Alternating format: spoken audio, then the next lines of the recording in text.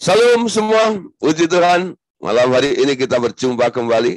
Ya, saya lihat wajah-wajah yang antusias dan segar, ya, yang haus dan rasa ingin tahu tentang dua sistem yang akan kita bahas bersama-sama, yaitu tentang sistem Musa.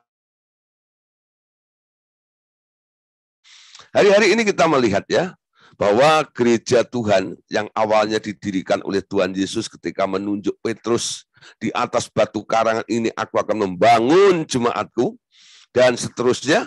Lalu gereja mulai berkembang, ya, gereja mulai merambah, menjamur kemana-mana, dan banyak gereja dengan aneka ragamnya, ya. Ada sinode ini, ada sinode itu, ada yang pakai gaya ini, ada yang pakai gaya itu, dan sebagainya. Nah, sampai orang kadang-kadang bingung, ya, mau masuk gereja mana. Nah, tapi saudara, sekarang kita lihat basicnya sebenarnya seperti apa. Nah, semua itu sebenarnya ada sistem, ya, sistem yang dibangun untuk mengatur adanya gereja-gereja yang ada di muka bumi ini. Sekarang kita melihat ada dua sistem yang Tuhan pernah izinkan terjadi di dalam gereja Tuhan di muka bumi ini. Yang pertama adalah sistem Musa. Jadi sistemnya Musa ini dibangun, ya, dan diizinkan oleh Tuhan juga. Yang kedua adalah sistem yang dikembangkan atau yang dibangun, ide gagasannya awalnya dari Tuhan Yesus sendiri. Nah, kita mau meniru yang mana sekarang? Mari kita pelajari bersama-sama tentang dua sistem ini, ya.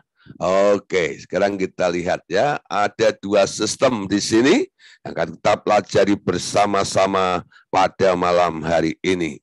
Nah, saudara, ada sistem Musa dan ada sistemnya Tuhan Yesus, ya, sistem Musa dan sistem Tuhan Yesus. Nah, sistem Musa itu terkenal dengan sebutan atau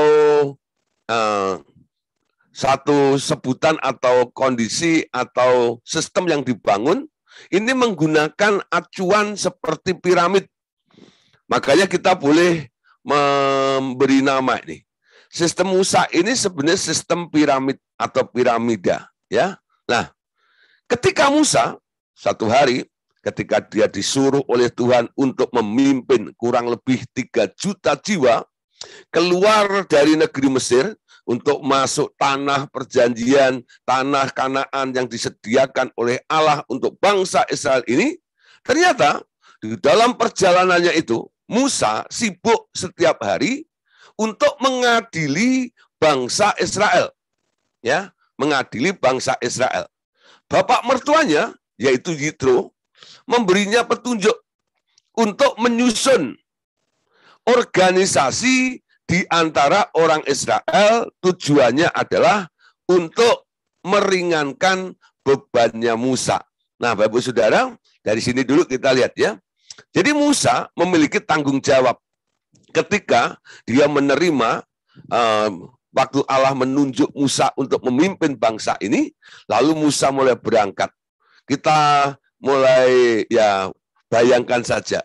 Musa ini sebenarnya seorang gembala yang memiliki jemaat yang luar biasa, ya. 3 juta. Ya, 3 juta, saudara. Bukan hanya ratusan ribu. Sekarang orang punya jemaat ratusan ribu, itu udah wow, gitu ya. Musa dulu memimpin jemaat 3 juta, saudara. Terdiri dari 12 suku, ya. Nah, itu semua adalah umat jemaah yang Tuhan percayakan untuk Musa bawa dari Mesir untuk masuk ke dalam tanah perjanjian. Nah, saudara, sama sebenarnya. Gereja ini adalah kumpulan dari orang-orang yang dulunya dari kegelapan. Aku memanggil kamu keluar dari kegelapan kepada terangnya yang ajaib. Untuk dibawa kemana? Ke Yerusalem baru, tanah perjanjian itu. Nah, Bapak Ibu Saudara, ada kemiripan dengan tujuannya, ya. Nah, sekarang kita perhatikan. Ketika Musa ini mengemban tugas lalu menggembalakan 3 juta orang ini, ternyata, saudara, namanya menggembalakan manusia ya. Menggembalakan manusia. Setiap manusia itu punya cara pandang sendiri, setiap manusia itu punya keinginan sendiri, setiap manusia itu punya selera sendiri. Ini 3 juta orang kalau dikumpulkan seperti itu, saya percaya ya, pasti ada bentrok sana sini ya. Ada ketidakcocokan, ada ketidaksamaan satu dengan yang lainnya. Sehingga terjadi masalah. Nah, ketika terjadi masalah, Musa sebagai leader tunggal saat itu, Musa harus menengahi mereka. Anda bayangin saudara, ya, kalau Musa itu seorang konsultan atau konselor ya, lalu banyak konseli atau pasien yang ngantri untuk datang ke Musa konseling itu. Sehari berapa orang kira-kira Musa sanggup? Berapa hari, saudara? Dia dengerin kasus orang itu, lalu memberikan arahan. Setelah itu Musa mendoakan, memutuskan sesuatu. Paling tidak 1 orang, ya, atau 1 perkara itu diselesaikan oleh Musa minimal setengah jam, ya, minimal. Kalau kasusnya lebih rumit dan sulit, itu bisa 1 sampai 2 jam ya. Ada orang nih melayani seseorang ya, dia tengking sana tengking sini segala macam, 7 jam belum tuntas saudara. Ya, 7 jam belum tuntas. Sekarang saya mulai melihat ketika Musa mengembalakan 3 juta umat itu, saya percaya ya, dari masalah itu PR-nya numpuk. Kalau yang sudah terdaftar nih, yang mau konseling sama Musa, sudah 1000 orang saja. Itu kira-kira Musa menjadwalkan mereka berapa minggu? Kira-kira berapa minggu baru selesai 1 kasus itu? Ya, nah mungkin ya itu yang pertama kali 1000 itu belum selesai semuanya. Ternyata tambah lagi ya masalah yang baru lagi. Sehingga daftarnya menambah lagi ya jumlahnya. Musa melihat antrian begitu panjang. Banyak sekali kasus yang belum tertangani. Wah, Musa itu bekerja keras. Secepat mungkin kalau bisa menyelesaikan semua kasus-kasus dari jemaat itu. Ya, tapi saudara, ya, sekuatnya Musa ini, Musa itu lama-lama dia capek. Ya, setiap selesai itu sampai di rumah mungkin dia sudah nggak doyan makan karena ada kekenyangan dengan masalah orang, saudara ya. Ya, kekenyangan dengan masalah orang itu bisa kenyang, saudara ya. Nah, saudara, dia pulang udah capek, istrinya si Pora itu, wah capek ya, sini Pak Mami pijitin nih. Aduh capek ya. Melihat kondisi seperti itu, mertuanya yang sayang sama menantunya ini, dia mulai bilang, Musa, sampai kapan kamu lakukan seperti ini? Kamu lakukan seorang diri seperti ini, ya. Kalau kamu terusin, ya, kamu lakukan seorang diri seperti ini, kamu bisa mati muda nanti. Kamu bisa mati kecapean karena ngurusin masalah orang lain itu. Oleh sebab itu, Yitro sebagai mertua Musa ini memberikan arahan atau saran kepada Musa. Sarannya apa? Kita lihat di sini ya. Dalam Keluaran pasal 18 ayat 24 sampai ayat yang ke-26. Mari kita lihat ya. Keluaran 18 ayat 24 sampai ayat 26. Musa mendengarkan perkataan mertuanya itu dan dilakukannya segala yang dikatakannya. Ya, kira-kira apa sih saran daripada mertuanya si Yitro ini kepada Musa? Ya, ini yang dilakukan oleh Musa. Dari seluruh orang Israel, Musa memilih orang-orang cakap dan mengangkat mereka menjadi kepala atas bangsa itu. Menjadi pemimpin atas 1000 orang, pemimpin 100 orang, pemimpin 50 orang, dan pemimpin 10 orang. Mereka ini mengadili di antara bangsa itu. Sewaktu-waktu perkara-perkara yang sukar dihadapkan mereka kepada Musa. Tetapi perkara-perkara yang kecil diadili mereka sendiri. Bapak Saudara, Anda lihat ya. Ini ada gambar ya. Nah, ini ada satu orang. Nah, ini 10, 50, 100, 1000 ya. Nah, inilah yang dibangun oleh Musa atas saran dari mertuanya, yaitu Yitro. Ya, ini bukan kata Tuhan. Jadi ini merupakan ide gagasan dari mertuanya, yaitu si Yitro. Karena dia sayang sama yang satu ini, si Musa ini. Angkat orang, ya, nah, supaya mereka boleh memimpin atas 1000 orang. Mereka boleh memimpin atas 100 orang. Mereka boleh memimpin atas 50 orang. Mereka boleh memimpin atas 10 orang. Mereka boleh memimpin atas 5, 2, dan 1. Musa sendiri sih, sang satu ini. Ya, nah saudara, sistem yang dibangun Musa ini, inilah yang disebut sistem piramida. Ya, piramid. Nah, jadi sistemnya mengerucut. Mengerucut, ya. Mengerucut seperti itu. Jadi semakin ke bawah, jumlahnya semakin banyak. Ya. Nah, kapasitasnya yang banyak ini lebih rendah daripada yang jumlahnya sedikit. Mereka yang punya kapasitas besar, mereka ada di level ya di mana mereka memerintah atas sedikit orang. Walaupun sedikit, yang diperintah itu, yang dikuasai, yang diemban adalah tugas yang lebih berat. Karena apa? Mereka harus membimbing para leader-leader juga. Ya, nah saudara, sistem ini dibangun. Kelihatannya awal-awal ini sangat menolong oleh Musa ya. Jadi kalau ada kasus-kasus yang terjadi atas bangsa Israel itu dipilah-pilah. Ini kalau kasus seperti ini kayaknya bisa diselesaikan oleh pemimpin 1000 orang. Dilempar ke sana kasusnya. Kalau kasus yang seperti ini, yang agak lebih berat ini, boleh nanti dikasihkan kepada kelompok pemimpin atas 100 orang. Nah, yang jauh lebih berat lagi, boleh dikasih kepada yang 50 atau yang 10. Ya. Nah, nanti kalau kasus-kasus khusus yang sangat berat, yang paling ruwet, itu nanti yang menangani adalah Musa langsung. Jadi dari antara seluruh masalah itu, kira-kira yang paling ruwet nggak terlalu banyak ya. Nggak terlalu banyak. Tapi saudara Anda lihat, ya awalnya memang ini sangat membantu. Ya, awalnya memang ini sangat menolong kelihatannya. Ya, tapi kita melihat apa yang terjadi ketika sistem ini mulai berjalan, ya, satu saat, ya, setelah berjalan sekian saat, Musa justru merasakan beban yang dipikulnya menjadi bertambah berat hingga ia meminta mati saja. Nah, saudara, kok bisa dibantu dengan tim?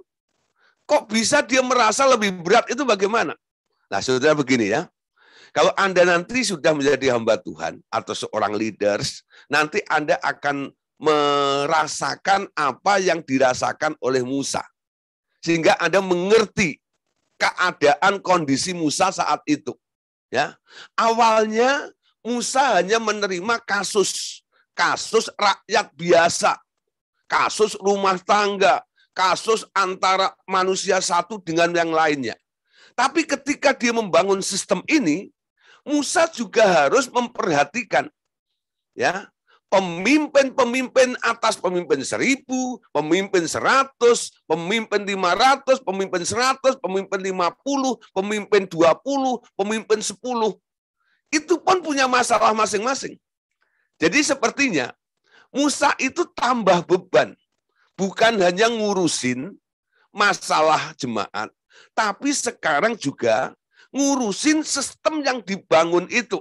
Khususnya orang-orang yang dipercayakan itu Musa harus memantau, Musa harus briefing juga, Musa harus memberikan pengarahan kepada dia, mungkin Musa juga memberikan skorsing kepada mereka, ya, mengamati, mengawasi. Saudara, you know, mengatasi masalah jemaat Ya memang ada apa namanya kesulitannya ya. Tapi kalau Anda menjadi seorang leaders di atas leaders, nanti Anda melihat ya, mengatur seorang leaders itu jauh makan hati daripada mengatur jemaat. Amin. Ngerti ya maksud saya ya? Ya. Jadi mengatur para leaders ya, itu jauh lebih makan hati, menguras energi daripada ngurusin jemaat. Ya, kenapa? Karena para leaders itu mereka merasa dirinya bisa. Ya, merasa dirinya bisa. Dan ada kecenderungan untuk kudeta biasanya ya. Ada kecenderungan untuk mengambil alih posisi daripada leader yang top seperti itu. Nah, ini menjadi pergumulan bagi Musa dan Musa mulai berteriak, ya toh. Berat rasanya. Pengen mati saja. Nah, itu ditulis dalam kitab Bilangan pasal 11. Mari kita baca ya. Bilangan pasal 11. Ayat 11 sampai 15. Lalu berkatalah Musa kepada Tuhan, mengapa kau perlakukan hambamu ini dengan buruk? Dan mengapa aku tidak mendapat kasih karunia di matamu? Sehingga engkau membebankan kepadaku tanggung jawab atas seluruh bangsa ini. Akukah yang mengandung seluruh bangsa ini? Atau akukah yang melahirkannya? Sehingga engkau berkata kepadaku, pangkulah dia seperti pak pengasuh memangku anak yang menyusu. Berjalan ke tanah yang kujanji kau janjikan dengan bersumpah kepada nenek moyangnya. Dari manakah aku mengambil daging untuk diberikan kepada seluruh bangsa ini? Sebab mereka menangis kepadaku dengan berkata, berilah kami daging untuk dimakan. Aku seorang diri tidak dapat memikul tanggung jawab atas seluruh bangsa ini. Sebab terlalu berat bagiku. Jika engkau berlaku demikian, ya, jika engkau berlaku demikian kepadaku, sebaiknya engkau membunuh aku saja. Jika aku mendapat kasih karunia di matamu, supaya aku tidak harus melihat celakaku. Ya, Anda lihat saudara, ya, Musa itu akhirnya curhat langsung dengan Tuhan. Tuhan, ya, kenapa seperti ini? Apakah aku tidak mendapatkan kasih karunia di hadapanmu lagi? Ya, sehingga engkau ya memberikan beban yang begitu berat ini. Dalam curcolnya itu Musa berkata begini, ya, apakah aku ini ya yang melahirkan mereka sehingga aku harus memangku mereka, mengasuh bak inang pengasuh, itu kalau perempuan ya. Kalau laki-laki, pak pengasuh. Pak pengasuh bagi mereka. Ya, ya, ketika bangsa itu mulai rewel, saudara, minta daging. Ya, dari mana Musa mendapatkan daging di padang gurun itu? Setiap hari mereka sudah dipelihara oleh Allah dengan mana. Tapi kala itu mereka mulai bosan. Mana lagi, mana lagi. Ini bukan mangga ya. Mana lagi, ya toh. Setiap muncul lagi mana, dan mana, ya. Nah, kelihatan pertama-tama mungkin nih ya, dia kangen sama roti itu. Mana gitu ya. Nyari. Tapi karena sudah lama makan itu lama, mana lagi, ya. Kapan ganti menu? Kapan ganti menu? Ya. Nah, lalu mereka menuntut Musa, kasih kami daging dong sekali-kali. Musa bingung, sudah. Untuk kasih daging 3 juta orang itu butuh sapi berapa? Butuh daging dari mana? Ya, Musa berteriak kepada Tuhan, Tuhan ini terlalu berat bagiku. Ya, kalau gitu Tuhan, ya, biarlah aku mati supaya aku tidak melihat kesengsaraan dan celakaku ini. Saudara, Musa sampai mengalami beban seperti itu. Nah, saudara, inilah yang terjadi. Ketika orang sudah mulai membangun sebuah sistem, kadang-kadang sistem yang dibangun itu belum tentu meringankan mereka. Berapa kali ada beberapa orang ya, mulai masuk ke dalam sebuah organisasi, membangun sebuah organisasi. Kelihatannya dia mulai merekrut banyak orang ya untuk dijadikan ini dan itu. Tapi setelah organisasi itu berjalan, apa yang terjadi, saudara? Mereka merasa, aduh kok ribet seperti ini ya. Gimana pusing ngurusin organisasi itu. Ya, nah saudara, karena apa? Karena memang ngurusin orang itu nggak gampang seperti itu. Itu yang dialami oleh Musa. Tapi sekarang kita lihat, saudara, beban kuk dan sebagainya itu sebenarnya bisa dilenyapkan. Ketika Musa berteriak kepada Tuhan bahwa dia itu seperti menanggung beban itu, ya, ada satu lagu yang ditulis oleh Robert Lea, ya, yang mengatakan begini, dan kuk itu dilepaskan oleh urapan, amin, dan bebanku dilepaskan oleh urapan, ya, beban kuk itu bisa dilepaskan oleh urapan atau by anointing. Nah, sekarang kita lihat bagaimana Tuhan menjawab keluh kesah Musa ini. Ya, Tuhan menjawab keluh kesah Musa dengan menyuruh tua-tua Israel berkumpul di sekitar tabernakel. Lalu sebagian urapan Musa diambil Tuhan untuk dibagikan kepada tua-tua itu. Rohnya diberikan hanya kepada para tua-tua yang membantu Musa, ya, tidak kepada seluruh jemaat, ya, tidak kepada seluruh jemaat. Nah, kita lihat ayatnya, Bilangan 11 ayat 16 sampai ayat yang ke-17. Lalu berfirmanlah Tuhan kepada Musa, kumpulkanlah di hadapanku dari antara para tua-tua Israel 70 orang yang kau ketahui menjadi tua-tua bangsa dan pengatur pasukan. Kemudian bawalah mereka ke kemah pertemuan supaya mereka berdiri di sana bersama-sama dengan engkau. Maka aku akan turun dan berbicara dengan engkau di sana. Lalu sebagian dari roh yang hinggap, ya, sebagian roh yang hinggap padamu itu akan kuambil dan kutaruh atas mereka.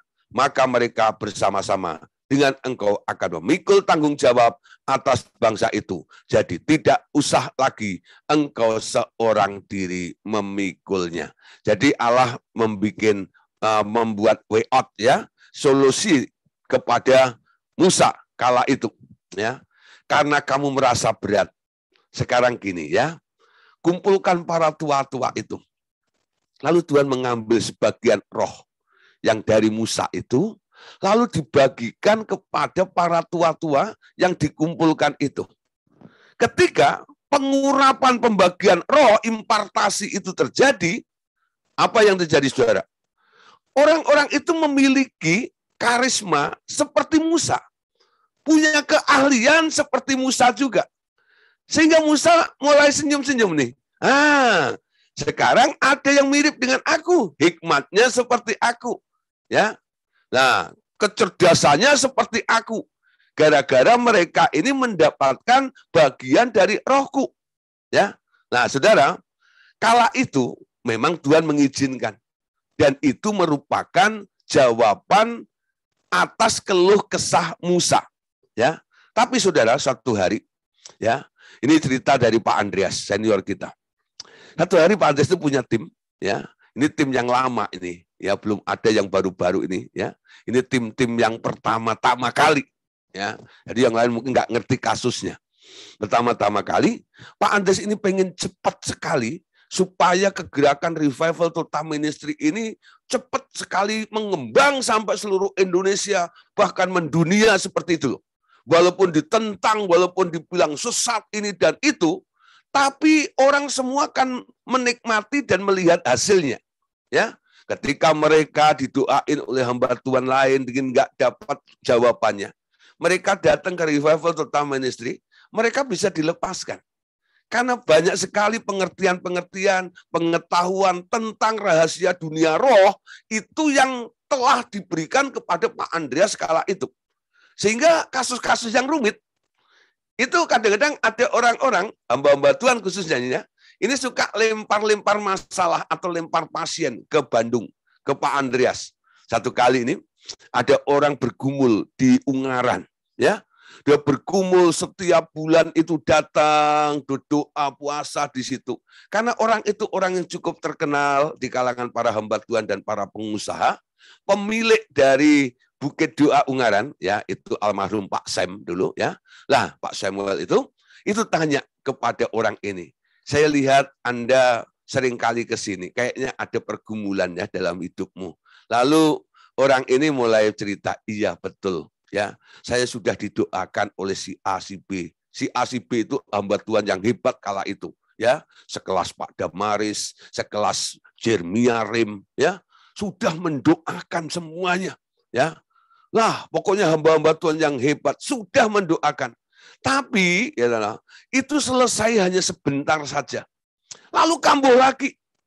Dan itu berulang-ulang sampai saya merasa diri saya ini gimana keluar, ya, dari persoalan ini.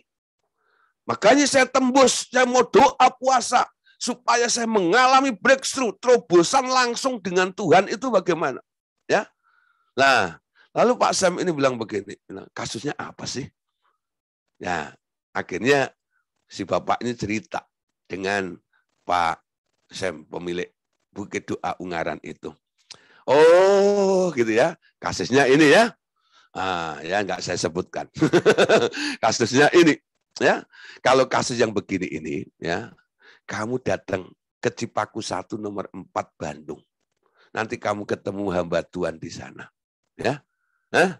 Nanti kasus itu pasti bisa diselesaikannya. Ya, betul saudara. Orang ini datang ke Bandung. Lalu ditanya sama Pak Andreas, oh, kok kamu bisa datang ke sini itu bagaimana ceritanya? Nah, makanya cerita itu bisa kita tahu. Kami direferensi oleh pemilik Bukit Doa Ungaran, Pak Sam.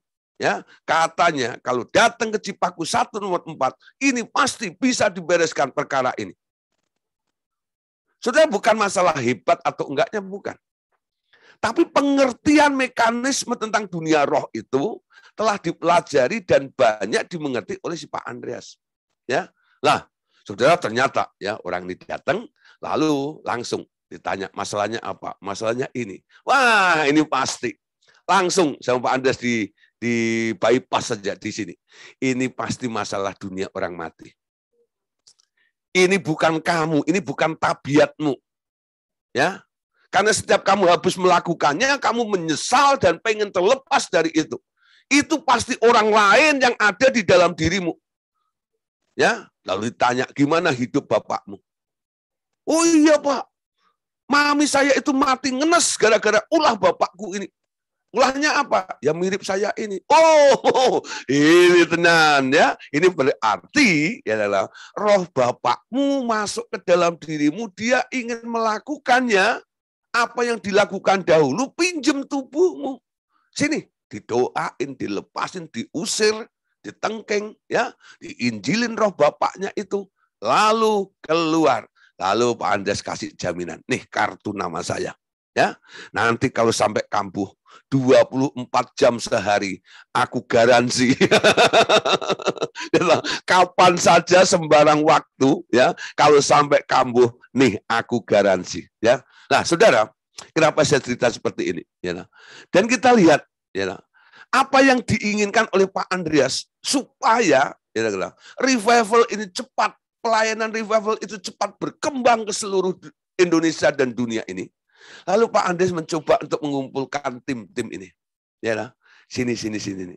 Dan dia berharap, dia mau, ya, membagi rohnya seperti pengalaman Musa ini kepada para murid-murid link pertama ini. Tapi ketika mau dilakukannya, Roh Kudus mencegah. Jangan. Nah, Musa kan boleh. Beda zamannya. Ya. Ini zaman anugerah. Ya. Aku telah mencurahkan rohku tanpa batas. Bukan rohmu yang dibagi-bagi. Ya. Mereka harus menerima roh Kristus di dalam dirinya. Bukan rohmu yang kamu bagi-bagi. Amin. Pengalaman Musa ini jangan ditiru. Ya. Pengalaman Musa jangan ditiru. Karena sekarang waktu itu Yesus belum diurapi, betul? Sekarang ada urapan yang permanen di dalam diri Anda. Ketika Anda punya Yesus di dalam diri Anda. Ada Kristus di dalammu. Amin. Ada pengurapan di dalammu. Kalau engkau menghidupkan Yesus, membesarkan Yesus di dalam dirimu, urapan Yesus itu semakin besar kapasitasnya di dalam dirimu. Sehingga engkau nggak usah comot, ambil roh seseorang. Betul nggak ya? Ambil roh seseorang. Nah, jangan-jangan sudah ada yang mulai mikir nih, saya mau nyomot rohnya Pak Gideon nih. Saya mau cuel rohnya Pak Gideon nih. Saya mau ambil sebagian rohnya Pak Gideon nih. Jangan, saudara. Ya, saya selalu berdiri bersikap sebagai mentor bagi Bapak Ibu Saudara. Tugas kami hanya membimbing Bapak Ibu Saudara untuk ketemu dengan Tuhan Yesus. Bertumbuhlah, alami hidup bersama dengan Tuhan. Amin. Bukan karena kami. Kami hanya menjadi teladan saja. Contoh bagaimana menemukan Yesus dan mengalami Yesus di dalam hidup kami. Dan Bapak Ibu Saudara semuanya, kalau boleh alami seperti kami mengalami dengan Tuhan. Amin. Bukan ambil roh kami, bukan. Semua punya hak untuk mendapatkan roh Kristus itu di dalam diri Anda semuanya. Amin. Nah, saudara, walaupun itu merupakan solusi yang diberikan oleh Allah kepada Musa saat itu, tapi tidak berlaku lagi bagi kita yang hidup di dalam perjanjian baru. Catat baik-baik. Amin. Catat baik-baik. Ya. Ada orang bermanifestasi suatu hari, saudara. Dia mirip sekali dengan Billy Graham. Wah, kenapa?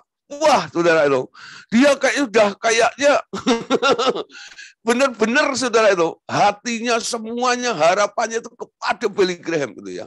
Ketika dia bermanifestasi mirip dengan dia, ketika dilayani, ditengking, saudara, ada roh Billy Graham di dalam dirinya.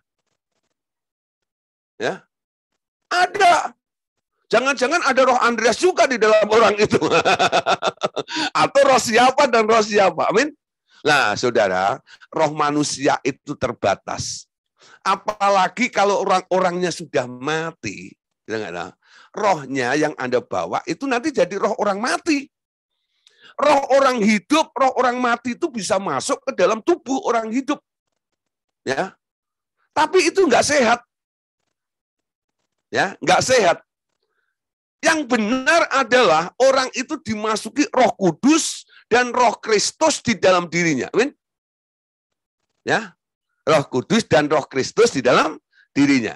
Nah, nanti kalau ada pertanyaan silakan Anda tanyakan di dalam tanya jawab aja, ya. Tapi ini batasan yang boleh saya bagikan kepada Bapak Ibu Saudara supaya apa yang kita bahas malam hari ini tentang pengalaman Musa dengan Tuhan ini, jangan Anda jadikan dasar. Karena itu hanya berlaku untuk Musa atau orang perjanjian lama. Tapi orang perjanjian baru tidak lagi seperti itu. Ya, nggak boleh ambil roh, bagi-bagi roh kepada orang lain, enggak. Jadi kalau saya impartasi sesuatu, saya bukan impartasi roh saya. Tapi saya kadang-kadang hanya mengambil roh Yesus itu, lalu saya bagikan kepada Bapak Ibu Saudara. Itu masih boleh juga. Amin. Nah, saudara, sekarang kita belajar tentang kelemahan sistem piramid. Sistem yang dibangun oleh Musa atas dasar saran mertuanya Yitro itu, walaupun kelihatannya praktis, tapi punya kelemahan, saudara. Kelemahan-kelemahannya apa?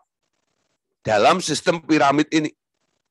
Sistem piramid membuat keinginan untuk naik jenjang kekuasaan, bangkit dari mereka yang ada di bawah. Pemberontakan akan terjadi untuk menggulingkan kekuasaan di atas. Setidak-tidaknya ketidakpuasan yang di bawah akan membangkitkan beban mental yang amat berat bagi pimpinan di puncak. Seperti sebuah piramid yang terbalik. Ya, perhatikan di sini. Jadi di dalam sistem piramid ini, ya, ada keinginan-keinginan untuk orang-orang yang masuk dalam sistem ini untuk naik jenjang. Ya, kekuasaan bangkit dari mereka yang ada di bawah untuk naik ke atas ini. Ini saya gambar begini. Ya, ini kelemahan sistem piramid. Ya, ini tarik ulur nih. Jadi yang bawah ini, saudara, ini pengen naik di atasnya yang di atas ini. Kapan saya masih ada di sini terus seperti ini? Ya, nah kalau ini sampai berhasil menarik, menurunkan, ya, lalu dia naik ke atasnya, apa yang terjadi? Piramid atau sistem piramid itu akan terbalik. Ya, keinginan yang paling banyak orang harusnya di bawah ini sekarang ada di atas. Nah, yang tadinya harus jadi puncak pimpinan, sekarang harus ada di bawah seperti ini. Nah, saudara perhatikan. Ketika piramid ini dibalik, ya masih normal, ya enggak? Piramid ini wajar. Karena apa? Yang banyak menopang yang sedikit. Enteng, betul? Ya, ini bisa bertahan lama. Tapi ketika piramidnya dibalik, Anda boleh bayangkan nih, ya. Semakin ke bawah, dia semakin merasakan beban yang berat, bukan? Apalagi yang di titik ini, yang paling ujung di bawah ini, dia harus menopang semua yang sampai di atas ini. Betapa beratnya dia. Nah, sistem piramid ini akan membentuk atau memberikan kans atau peluang bagi orang-orang yang pengen naik jenjang berikutnya dengan cara berontak, saudara. Ya, dengan cara berontak. Nah, ini bahaya, saudara. Sekarang kita lihat contohnya. Ketika Musa telah membangun dan sistem ini sudah mulai berjalan, apa yang terjadi? Dalam kitab Bilangan, pasal 16, ayat 1 dan ayat yang kedua. Nah, di sini, Bilangan 16, ayat 1 sampai ayat yang kedua. Korah bin Yisar bin Kehat bin Lewi beserta Datan dan Abiram, anak-anak Eliab dan On bin Pelet, ketiganya orang Ruben, mengajak orang-orang untuk memberontak melawan Musa, beserta 250 orang Israel, pemimpin-pemimpin umat itu, yaitu orang-orang yang dipilih oleh rapat. Semuanya adalah orang-orang kenamaan, ya. Semuanya adalah orang-orang kenamaan. Nah, saudara, Anda lihat di sini ya. Jadi ketika Musa membangun, termasuk Korah, ya, Eliab, ya, Abiram, On bin Pelet, ini ketiganya adalah orang Ruben. Ternyata mereka, ya, mengajak orang-orang untuk memberontak kepada Musa. Kenapa, saudara, mereka memberontak? Pasti yang di bawah ini merasa tidak puas. Jadi sistem piramid yang dibangun oleh Musa ini memunculkan rasa ketidakpuasan atas pemimpin yang lainnya yang ada di bawahnya. Ya. Ketika yang di bawah itu melihat di atas, kenapa saya bilang, aku mau naik, aku mau naik, aku mau naik. Ya. Nah, untuk supaya bisa dia naik, dia harus menurunkan. Ya, untuk menurunkan dengan paksa yang di atasnya atau yang paling atas, itu namanya pemberontakan. Nah, kita tahu, pemberontakan itu adalah warisan. Warisan yang diwariskan oleh Lucifer, bukan? Ini terjadinya di surga. Ini terjadinya di surga. Ya, ketika di surga, apa idenya? Apa yang apa yang terngiang, ya, sedang dipikirkan oleh Lucifer kala itu sebelum dia dilempar jatuh ke bumi ini. Dia berkata, menurut kitab Yesaya pasal 14 dikatakan, aku ingin naik, betul enggak? Mengatasi. Aku mau duduk di tempat itu. Aku mau menyamai yang maha tinggi. Nah, Saudara, keinginan untuk naik. Nah, atas dasar dirinya sendiri. Untuk menyamai, untuk menduduki, untuk menggeser yang di atas sana itu. Itu niat, ide, gagasannya dari Lucifer. Ketika sistem piramid ini dibangun, ini membuat celah namanya. Ya, memberi celah, kesempatan untuk apa? Pemberontakan. Itu ya akan terjadi di situ. Kenapa bisa? Karena iblis akan memakai orang-orang yang ada di dalam posisi paling bawah. Kasihan deh lu. Ya loh. Apaan tuh jadi tim cuman begitu-gitu aja paling bawah gini. Harusnya jadi top leaders gitu loh. Ya, pelayanan apa itu? Ya, diintimidasi, diolok-olok, ya, sama si iblis itu dikomporin sedemikian rupa sampai akhirnya panas gua. Emang lu tok yang bisa, gua juga bisa tahu. Nah, kalau sudah berpikir seperti itu, sebentar lagi apa? Dia mulai cari teman, ya. Dia mulai bikin gosip, dia mulai bikin isu. Tahu nggak itu? Itu nggak bagus loh. Tahu nggak dia? Itu pemimpin kita ini. Oh gini, itu gitu, ya. Nah, coba mulai mencari teman, mempengaruhi dengan dusta. Ya, lalu banyak yang mulai terpengaruh nih, ya. Mulai terpengaruh nih. Waduh, iya kah? Ya sudah kalau gitu. Kalau memang dia itu nggak pantas kelakuan seperti itu, geser saja. Ayo besok kita bikin demo besar-besaran. Ya, turunkan dia.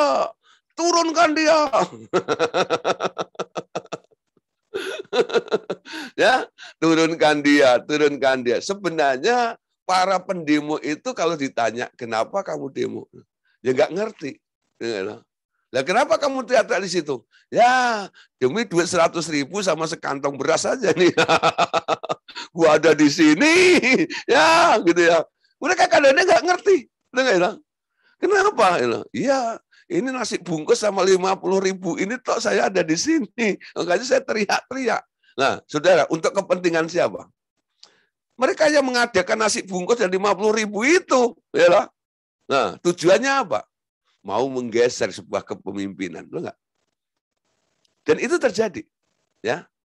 Ada organisasi kepemimpinan yang dibangun seperti piramid itu. Nah, mereka yang terus menjadi pemimpin yang ada di bawah ini, mereka iri. Mereka pengen untuk menduduki yang paling top. Tapi karena nggak punya akses, nggak punya kesempatan, ya, dan nggak punya simpati tentang hal yang baik, dia lakukan fitnah. Dia lakukan dusta. Untuk apa? Supaya orang memandang yang di atas itu nggak benar, nggak becus, dan pantas untuk diturunkan. Mencari masa untuk mendukung dia. Itu yang terjadi, ya, kepada si Korah ini. Dia bikin gara-gara, ya, bikin kudeta, ngajak beberapa orang, bukan sedikit loh, ya. Ada berapa tadi? Ada 250 orang Israel, itu pemimpin-pemimpin juga. Ya. Yang terpilih dalam rapat. Semua orang itu punya nama. Jadi orang-orang penting yang dikumpulkannya. Untuk apa? Untuk menurunkan Musa saat itu. Ya, untuk menurunkan Musa. Nah, saudara, sekarang ya kita perhatikan. Ketika Musa mendengar itu, Musa mencoba untuk merangkul mereka. Yuk kita bicarakan dengan duduk tenang ya, dengan apa namanya, dengan pikiran dingin, ya. Nah, ayo duduk bersama. Diundanglah mereka untuk ketemu dengan Musa. Perhatikan di dalam ayat yang ke-12 ya. Ayat yang ke-12, saya lompat ke 12-nya. Nanti Bapak Saudara boleh baca ya berikutnya. ayat-ayat sebelumnya. Tapi saya lompat di ayat 12 dan 13. Adapun Musa telah menyuruh orang untuk memanggil Datan dan Abiram, anak-anak Eliab. Tetapi jawab mereka, kami tidak mau datang. Perhatikan saudara ya. Orang kalau sudah kemakan gosip, udah kena isu, ya. Nah, udah terpengaruh seperti itu. Nah, akhirnya ketika diajak untuk berdamai, di sini salah satunya Datan dan Abiram, anak-anaknya Eliab itu, mereka menjawab, kami tidak mau datang. Bahkan dia mengecam, belum cukupkah bahwa engkau memimpin kami keluar dari suatu negeri yang berlimpah-limpah susu dan madunya untuk membiarkan kami mati di padang gurun, sehingga masih juga engkau menjadikan dirimu Tuhan atas kami, ya. Nah, saudara, perhatikan di sini, ya, apa yang terjadi ini. Ya. Mereka sudah benar-benar buta. Melihat Musa itu pokoknya sudah buruk sekali image-nya, ya. Sampai bilang ini, engkau masih mau jadi pemimpin kami? Ya, enggak? Engkau bawa kami kemana ini? Engkau akan biarkan kami mati di padang gurun ini. Kalau orang sampai berpikir seperti itu, kira-kira saudara ya, Anda bisa bayangkan. Orang yang mempengaruhi itu ngomong apa kepada orang itu? Coba saudara, Anda mulai renungkan sendiri ya. Kalau orang yang tadinya respect, orang yang tadinya mengagungkan Musa, nurut sama Pak Musa, ya, setia dengan Pak Musa. Lalu satu kali dipanggil oleh Pak Musa nggak mau. Bahkan dia berkata, ya, Musa, ya, tadi katakan ya, kami tidak mau datang. Belum cukupkah bahwa engkau memimpin kami keluar dari suatu negeri yang berlimpah-limpah susu dan madunya untuk membiarkan kami mati di padang gurun ini? Kira-kira dia dapat pengaruh dari orang itu, orang lain, khususnya Korah dan CS-nya itu, berita apa yang disebarkan? Gosip apa yang disebarkan tentang Musa ini dan rencana Allah mengeluarkan bangsa ini dari Mesir untuk dibawa ke tanah perjanjian. Nah, ini fitnah sebenarnya, betul nggak? Ya, tidak seperti itu. Tapi orang sudah kemakan gosip seperti itu. Ya, ya sudah, saudara. Karena mereka tidak mau datang dan sebagainya, kita lompat ayat 31 sampai ayat yang ke-32. Apa yang terjadi? Baru saja ia selesai mengucapkan segala perkataan itu, maka terbelahlah tanah yang di bawah mereka dan bumi membuka, perhatikan ya, membuka mulutnya dan menelan mereka dengan seisi rumahnya dan dengan semua orang yang ada pada Korah dan dengan segala harta milik mereka, ya, milik mereka. Nah, perhatikan saudara, Tuhan bertindak. Tuhan bertindak. Ketika terjadi pemberontakan, hal yang serupa, hal yang sama, dialami, nasib yang sama, terjadi dan dialami oleh Korah, seperti nasibnya Lucifer. Betul nggak? Bumi terbuka, mereka ditelan hidup-hidup, turunkan ke sana. Jadi keinginan naik itu, kalau Anda nanti baca dalam kitab Yesaya pasal 14 itu, ketika aku pengen naik, firman Tuhan katakan apa? Justru akan diturunkan ke dunia orang mati. Betul nggak? Nah, keinginan untuk naik sendiri itu nggak boleh. Ya, keinginan untuk naik sendiri itu nggak boleh. Tuhan yang mengangkat engkau, Tuhan yang membawa engkau, ya, naik ke atas dan tak pernah turun. Kalau Anda bisa naik karena tangan Tuhan yang menumpang dan membawa Anda, amin. Siapa di sini yang mulai, ya, pengen naik jenjang gitu, Nah, ini salah satu keinginan, saudara. Ya, kenapa, saudara, di sini? Karena kuasa dari Taurat itu, kuasa dari hukum piramid itu, ya itu adalah kuasa dari sistem piramid ini adalah hukum Taurat sebenarnya. Ya, kuasa dari sistem piramid ini adalah hukum Taurat. Nah, saudara, kita lihat. Hukum Taurat itu diberikan kepada Allah, oleh Allah kepada manusia, bangsa Israel khususnya. Untuk apa? Untuk mengekang, untuk mengatur, untuk membatasi keinginan-keinginan manusia. Betul? Sehingga hukum itu bunyinya apa? Jangan, jangan, jangan, jangan. Kenapa ada kata jangan? Kalau orang Jawa jangan itu sayur, ya. Jangan, jangan, jangan, ya. Nah, karena orang lagi pengen. Ketika orang pengen sesuatu, lalu Allah melihat keinginannya itu enggak baik, makanya Allah berkata apa? Jangan. Jangan membunuh. Jangan mencuri. Jangan berzina. Jangan bersaksi dusta. Jangan mengingini milik barang orang lain. Ya, jangan ada padamu Allah lain di hadapanku.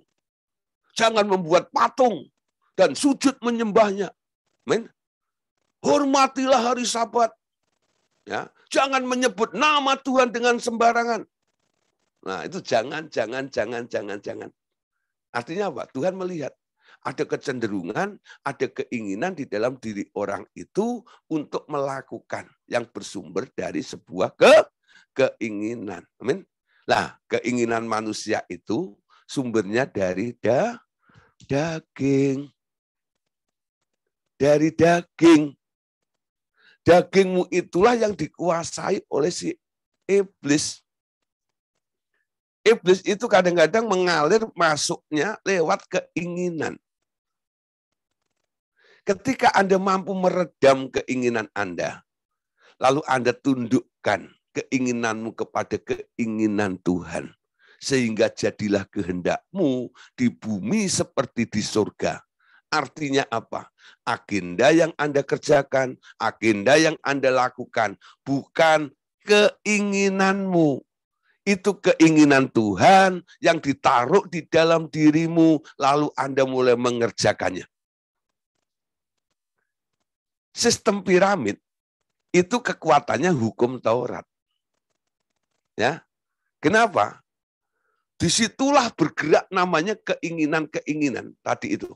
Sehingga memunculkan pemberontakan ini dan memunculkan pemberontakan itu. Nah, saudara, sekarang kita perhatikan.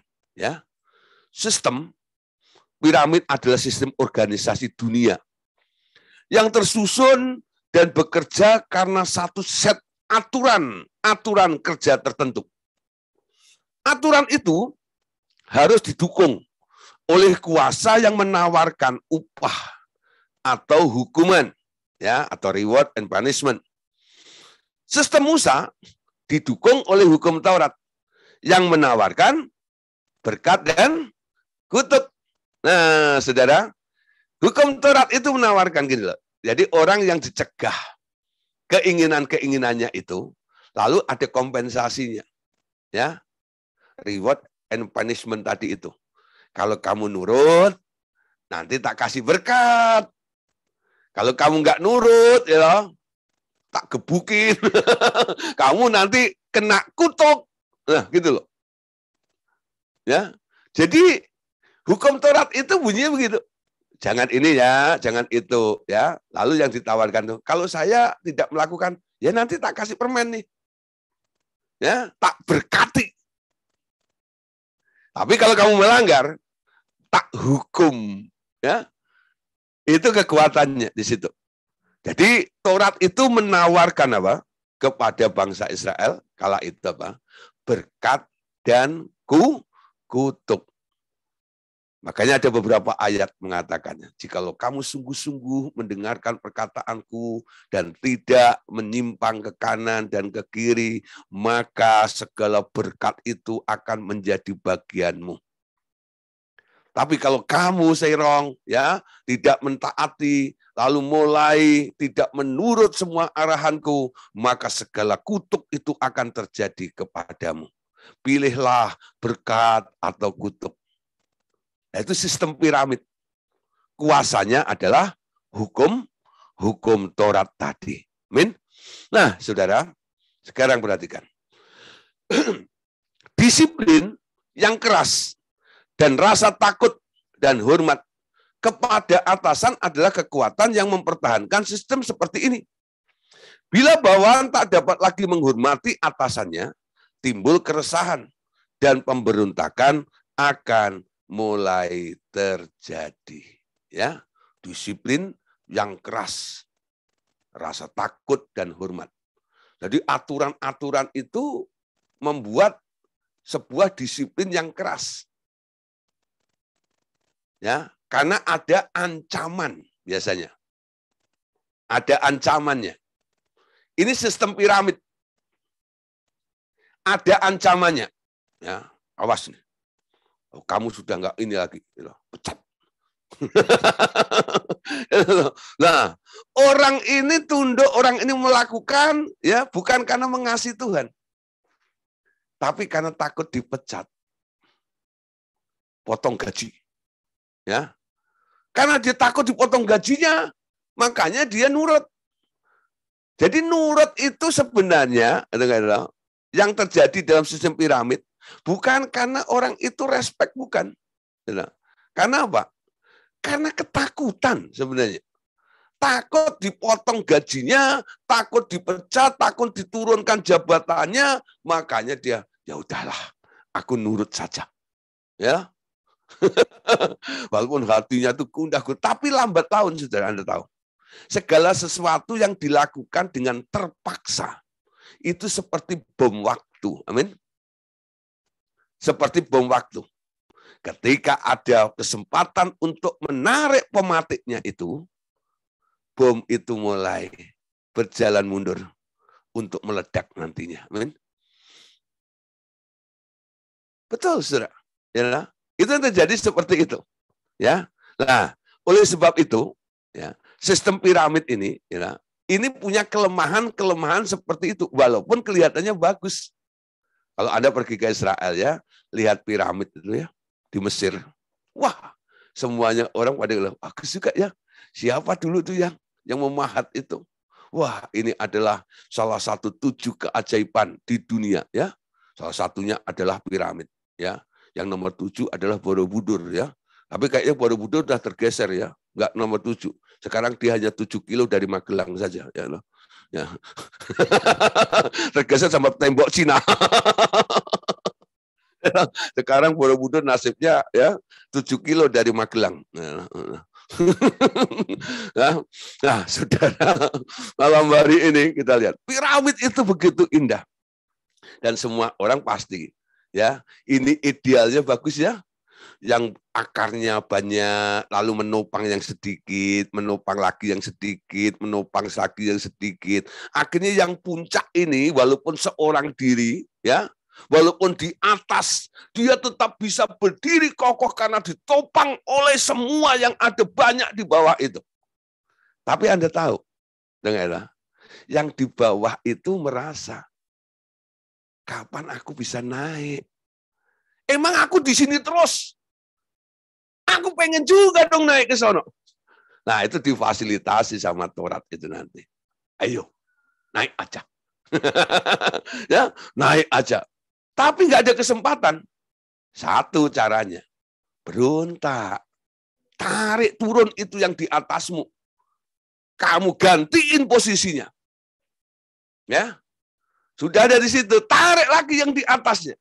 Supaya kamu naik lagi, naik lagi, naik lagi, naik lagi, naik lagi, naik lagi, sampai atasnya. Ya, itu yang terjadi, saudara. Ya, nah sekarang kita perhatikan. Ulangan 11 ayat 26.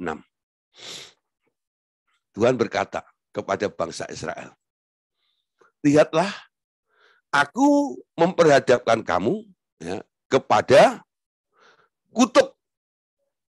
Aku lihatlah aku memperhadapkan pada hari ini berkat dan kutuk. Jadi Tuhan ini setiap hari bilang ini, hari ini di depanmu itu ada berkat dan kutuk. Kamu mau berkat atau mau kutuk? Kalau kamu berkat, kamu harus taat. Tapi kalau kamu mau kutuk, ya nanti tak hukum. Ketika kamu melanggar aturan-aturan itu. Ya. Nah, saudara, jadi mereka hanya mengejar bagian yaitu berkat dan kutuknya tersebut. Amin. Nah, saudara, untuk menutup tentang sistem piramid ini atau sistemnya Musa, kita baca satu ayat lagi apa yang dikatakan oleh Paulus dalam Galatia 3 ayat yang ke-10. Galatia 3:10. Karena semua orang yang hidup dari pekerjaan hukum Taurat berada di bawah kutuk. Sebab ada tertulis, terkutuklah orang yang tidak setia melakukan segala sesuatu yang tertulis dalam kitab hukum Taurat. Amin. Paulus sampai bilang begitu. Kalau kamu nggak ikutin aturannya, kamu nggak dapat berkatnya. Ya. Nah, ini persoalan. Anda tinggal di mana? Sistem Taurat itu seperti itu. Segala sesuatu dilihat dari apa yang Anda perbuat. Ketika Anda berbuat baik, ada reward. Ketika Anda berbuat jahat, nanti menyusul punishment. Hukuman itu akan terjadi. Beda dengan sistem yang dibangun Tuhan Yesus nanti. Ya, yang dibangun oleh Tuhan Yesus itu nanti bukan sistem piramid, tapi sistem roda. Ya, sistem roda. Besok mau saya jelaskan. Dan di dalam Yesus tidak ada penghukuman. Artinya apa? Yang ada cuma satu. Hidup dalam berkat. Amin. Bukan suruh pilih. Hari ini aku berhadapan kepadamu kutuk dan berkat. Berkat dan kutuk. Enggak. Ketemu Yesus. Ketemu pabrik berkat. Amin. Nah, kalau Anda kena hukuman, itu artinya Anda keluar dari Kristus. Ya, mulai jatuh lagi kepada sistem dunia. Bukan Allah menghukum Anda, tidak. Dunia yang menghukum Anda. Anda keluar dari sistem yang dibangun oleh Yesus, masuk kembali ke dalam sistem yang dibangun oleh Musa, yaitu sistem piramida itu. Amin. Nah, saudara, hari Senin kita akan kembali lagi untuk belajar pemuridan, ya.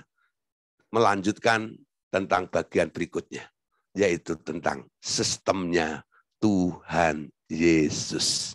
Ya, jadi saya percaya pasti banyak gereja yang pakai sistem piramid ini, sehingga nggak heran banyak gereja yang pecah.